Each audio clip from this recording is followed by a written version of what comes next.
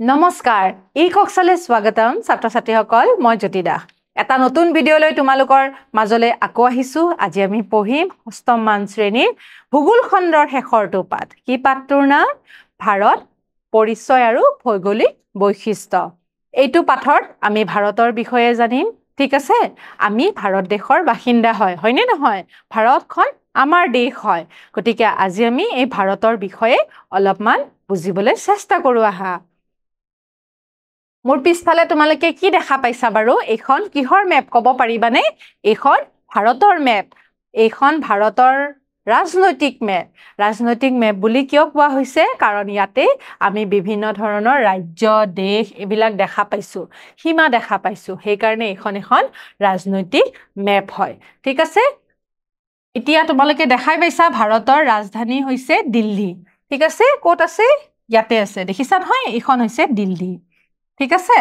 তাৰ পিছত আমাৰ অসমখন ক'ত আছে বাৰু আমি অসমত বসবাস কৰো নহয় ভাৰতৰ গতিকে এইখন হৈছে অসম হয়নে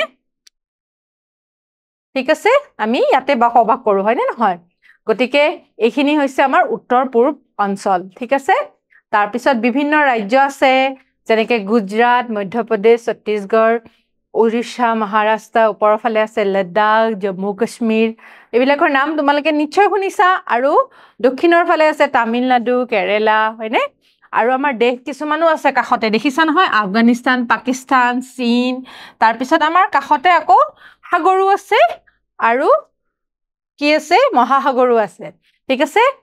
বংগোপসাগৰ আৰৱ সাগৰ হয়নে তাৰপিছত এইখন শ্ৰীলংকাখন হৈছে এখন দেশ আন্দামান নিকোবাৰ দ্বীপপুঞ্জ আছে লাক্ষাদ্বীপ আছে এইবিলাক হৈছে কি জানানে এইবিলাক কেন্দ্ৰীয় শাসিত অঞ্চল হয় ঠিক আছে আমি বিস্তৃতভাৱে আলোচনা কৰিম বাৰু ভাৰতবৰ্ষ ৩২,৮৭,৭৮২ বৰ্গ কিলোমিটাৰ পৃষ্ঠভাগৰ এখন বিশাল দেশ হয় ঠিক আছে কিমান ডাঙৰ বুলি কৈছে ৩২,৮৭,৭৮২ বৰ্গ কিলোমিটাৰ তাৰ পিছত কাশ্মীৰৰ পৰা কন্যাকুমাৰীলৈকে ইয়াৰ দৈৰ্ঘ্য প্ৰায় ৩২০০ কিলোমিটাৰ প্ৰায় মানে আসলতে কিমান কিলোমিটাৰ হয় জানানে ইয়াতে লিখাই আছে ৩২১৪ কিলোমিটাৰ ঠিক আছে গতিকে এইখিনিৰ কথা কৈছে কাশ্মীৰৰ পৰা কন্যাকুমাৰীলৈকে প্ৰায় ৩২০০ কিলোমিটাৰ ঠিক সেইদৰে বহলে কিমান হৈছে অৰুণাচল প্ৰদেশৰ পৰা গুজৰাটলৈকে ইয়াৰ প্ৰস্থ প্ৰায় ২০০০ কিলোমিটাৰ হ'ব অৰুণাচল প্ৰদেশৰ পৰা গুজৰাটলৈকে এইখিনি অৰুণাচলৰ পৰা গুজৰাটলৈকে কিমান কিলোমিটাৰ প্ৰায় ২০০০ কিলোমিটাৰ ইয়াতে লিখাই আছে ২৯৩৩ কিলোমিটাৰ ঠিক আছে এইখিনি তোমালোকে নিশ্চয় বুজি পাইছা দীঘলটো আৰু বহলটো বুজাই দিছে মানে দৈৰ্ঘ্য আৰু প্ৰস্থ কিমান ক'লে দৈৰ্ঘ্য হৈছে প্ৰায় ৩২০০ কিলোমিটাৰ আৰু প্ৰস্থ হৈছে ২০০০ কিলোমিটাৰ প্ৰায় ঠিক আছে ভাৰত সম্পূৰ্ণৰূপে উত্তৰ গোলাৰ্ধত অৱস্থিত হয় ঠিক আছে এছিয়া মহাদেশত থকা ভাৰত এখন দেশ হয় এছিয়া মহাদেশৰ কিছুমান দেশ উত্তৰ গোলাৰ্ধতো আছে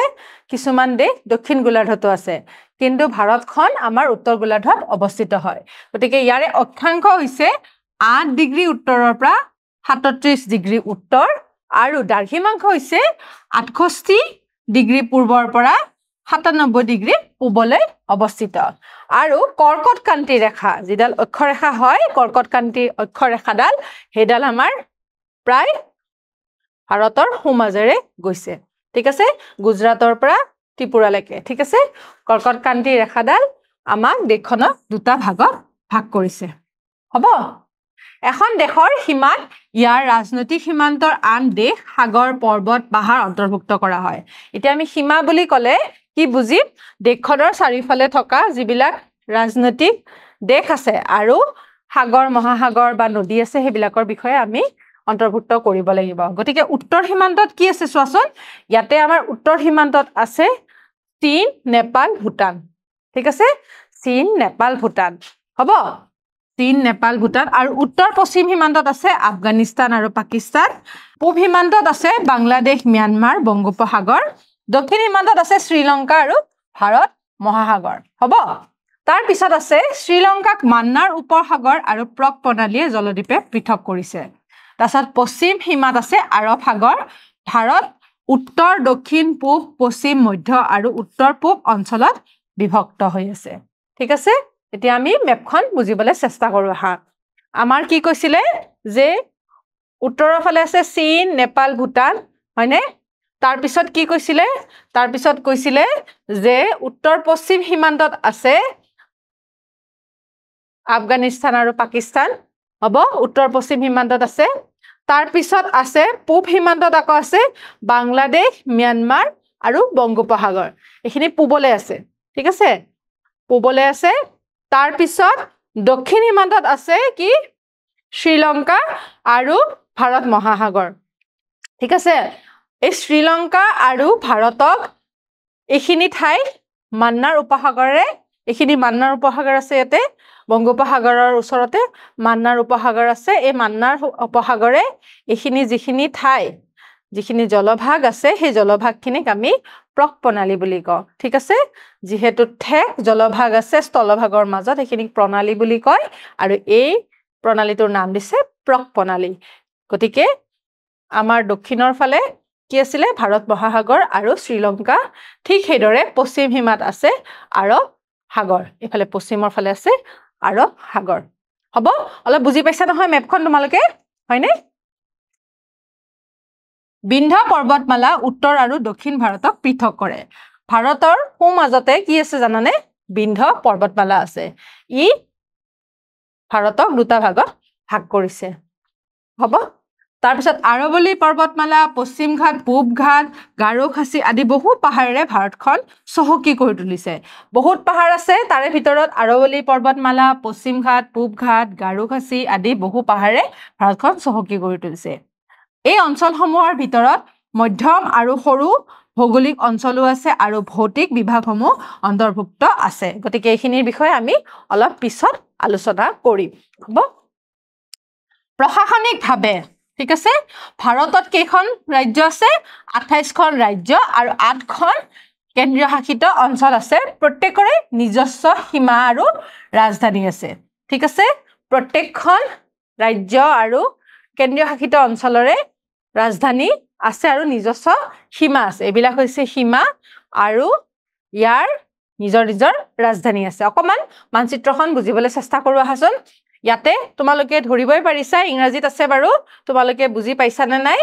ইয়াতে আমাৰ অসমখনৰ ৰাজধানী হৈছে দিছপুৰ ঠিক আছে তাৰপিছত উত্তৰ প্ৰদেশৰ লক্ষ্ণৌ মধ্য প্ৰদেশৰ ভোপাল তাৰপিছত তামিলনাডুৰ চেন্নাই হয়নে আৰু এফালে আমি পশ্চিমৰ ফালে গ'লে গুজৰাটৰ গান্ধীনগৰ তাৰপিছত উত্তৰৰ ফালে লাডাখৰ লে ঠিক আছে এনেকে বহুত ৰাজ্য আছে সেইকেইখন হৈছে টোটেল 28খন আৰু 8খন কেন্দ্ৰীয় শাসিত অঞ্চল আছে তাৰপিছত দাদৰ আৰু হাভেলি এইখিনি হৈছে কেন্দ্ৰীয় শাসিত অঞ্চল লক্ষদ্বীপ হৈছে কেন্দ্ৰীয় শাসিত অঞ্চল তাৰপিছত আন্দামান নিকোবৰ হৈছে কেন্দ্ৰীয় শাসিত অঞ্চল এনেকে আমাৰ 8খন কেন্দ্ৰীয় শাসিত অঞ্চল আছে ঠিক আছে গতিকে এইকেইখন হৈছে আমাৰ ভাৰতৰ ৰাজ্য আৰু কেন্দ্ৰীয় শাসিত অঞ্চলৰ এখন মানচিত্ৰ হ'ব এতিয়া আমি কেইটামান পইণ্ট জানো আহা প্ৰাচীন ভাৰতৰ কাব্যসমূহত ভাৰতৰ চাৰিসীমাৰ বিষয়ে এইদৰে লিখা আছে আমি চাৰিসীমা বিষয়ে যিবিলাক পুৰণি কাব্য আছে সেই পুৰণি কাব্যত কিদৰে পাওঁ হিমালয়ং সম্ভাৰম্ভ যাৱত ইন্দু সৰ্বৰম তং দেৱী নিৰ্মিত দেশং হিন্দুস্তানং প্ৰচক্ষতে গতিকে এইটো বৃহস্পতি সূত্ৰত লিখা আছে কি বুজাইছে হিমালয়ৰ পৰা ইন্দু বা ভাৰত মহাসাগৰলৈকে বিস্তৃত দেৱতাই নিৰ্মাণ কৰা ঠিক আছে দেৱতাই নিৰ্মাণ কৰা ঠাইখনক হিন্দুস্তান বুলি কোৱা হয় তাৰপিছত উত্তৰং যত সমুদ্ৰসে হিমাদ্ৰস্যৰে দক্ষিণাং বৰ্ষং তদ ভাৰতং নাম ভাৰতী যত সন্তনি গতিকে বিষ্ণু পুৰাণত লিখা আছে এইদৰে সমুদ্ৰৰ উত্তৰে আৰু হিমালয়ৰ দক্ষিণে যি দেশ তাকে ভাৰত বুলি কয় আৰু তাৰ সন্তানসকলক কি বুলি কয় ভাৰতীয় বুলি কোৱা হয় গতিকে ছাত্ৰ ছাত্ৰীসকল পুৰণি কাব্যসমূহতো আমাৰ ভাৰতৰ উল্লেখ আছে ইয়াৰ চাৰিসীমাৰ বিষয়ে উল্লেখ আছে গতিকে আমি এই কাব্যসমূহৰ পৰা আমাৰ ভাৰতৰ বিষয়ে গম পাব পাৰো গতিকে ছাত্ৰ ছাত্ৰীসকল আজি আমি ভাৰতৰ চাৰিসীমাৰ বিষয়ে গম পালো ভাৰতৰ ৰাজনৈতিক মানচিত্ৰখনৰ বিষয়ে গম পালো ঠিক আছে এতিয়া আমি কেইটামান প্ৰশ্ন চাওঁ আহা ভাৰতৰ দীঘলে 10 কিলোমিটাৰ আৰু বহলে 10 কিলোমিটাৰ আছে কিমান কিলোমিটাৰ আছে ক'ব পাৰিবানে তোমালোকে প্ৰায় 3200 কিলোমিটাৰ আকৌ বহলে আছে প্ৰায় 2000 কিলোমিটাৰ ঠিক আছে এটো হ'ব ইয়াৰ উত্তৰ তাৰ পিছৰ প্ৰশ্নটো হৈছে ভাৰতত কেইখন ৰাজ্য আছে ভাৰতত মুঠতে কেইখন ৰাজ্য আছে 26 খন হবনে শুদ্ধ উত্তৰ নহয় 24 খনো নহয় 32 খনো নহয় কেইখন আছে 28 খন ইয়াৰ শুদ্ধ উত্তৰ ঠিক আছে